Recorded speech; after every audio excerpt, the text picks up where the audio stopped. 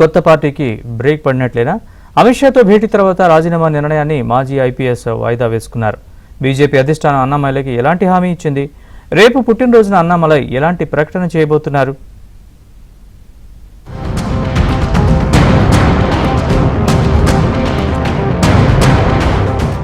తమిళనాడు మాజీ బీజేపీ అధ్యక్షుడు అన్నామలై రాజీనామాపై సస్పెన్స్ కొనసాగుతూనే ఉంది. మంగళవారం ఉదయం బీజేపీ జాతీయ అధ్యక్షుడు నితిన్ నబీన్, బీజేపీ నేత బిఎల్ సంతోష్ తో అన్నామలై సుదీర్ఘంగా చర్చలు జరిపారు. ఆ తర్వాత రాజీనామా లేఖను నితిన్ నబీన్ కు సమర్పించినట్లు సమాచారం. అయితే అమిత్ షాతో అన్నామలై భేటీ అయిన తర్వాత నిర్ణయాన్ని మార్చుకున్నట్లు సమాచారం. దక్షిణ భారతదేశంలో తమిళనాడు కీలకంగా ఉన్న నేపథ్యంలో రాజీనామాపై మరోసారి పునరాలోచన చెయ్యాలని అన్నామలైని అమిత్ షా కోరినట్లు సమాచారం. ఈ నేపథ్యంలో ఢిల్లీలో మరోసారి భారతీయ జనతా పార్టీ నేతలతో చర్చించిన తర్వాత అన్నామలై తన నిర్ణయాన్ని ప్రకటించనున్నట్లు సమాచారం. అప్పటి వరకు రాజీనామా వ్యవహారం అంతా ఉత్తదే అంటూ బీజేపీ నేతలు చెబుతున్నారు.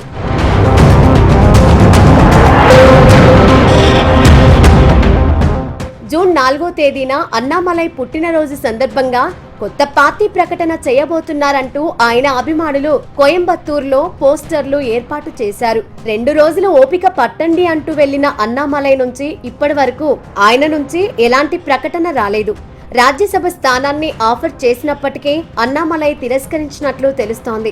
ఇదిలా ఉంటే తమిళనాడు బీజేపీ అధ్యక్షుడితో పాటు పలువురు కీలక నేతలు వెంటనే ఢిల్లీకి రావాలని ఢిల్లీ నాయకత్వం కబురు పంపింది. మంగళవారం రాత్రికి ఢిల్లీ చేరుకున్న నేతలు అన్నామలై పార్టీని వీడడానికి గల కారణాల గురించి నివేదికలను తెప్పించుకున్నట్లు కమలం నేతలు భావిస్తున్నారు.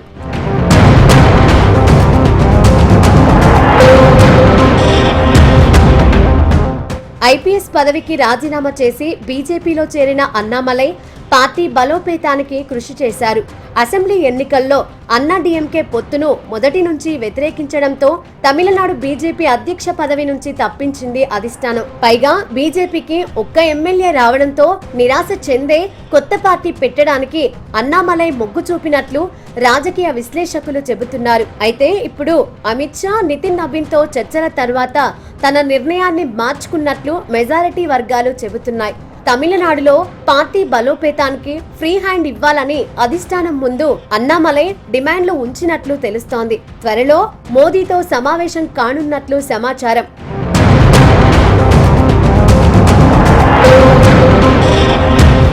జూన్ 4న అన్నామలై పుట్టినరోజు కావడంతో కోయంబత్తూరులో ఆయన అభిమానులు ఎదురుచూస్తున్నారు. అధిష్టానం చర్చలతో మెత్తబడి బీజేపీలో కొనసాగుతారా, లేకపోతే కొత్త పార్టీ పెట్టి ప్రజా ఉద్యమాలు చేస్తారా అన్న దానిపై ఉత్కంఠ నెలకొంది. తమ నాయకుడు తీసుకునే ఎలాంటి నిర్ణయానికైనా కట్టుబడి ఉంటామని ఆయన అభిమానులు చెబుతున్నారు. మరి అన్నామలై నిర్ణయం బీజేపీకి వ్యతిరేకంగా ఉంటుందా లేదా అనుకూలంగా ఉంటుందా అన్న దానిపై తమిళనాడు బీజేపీ నేతల్లో ఆసక్తి నెలకొంది.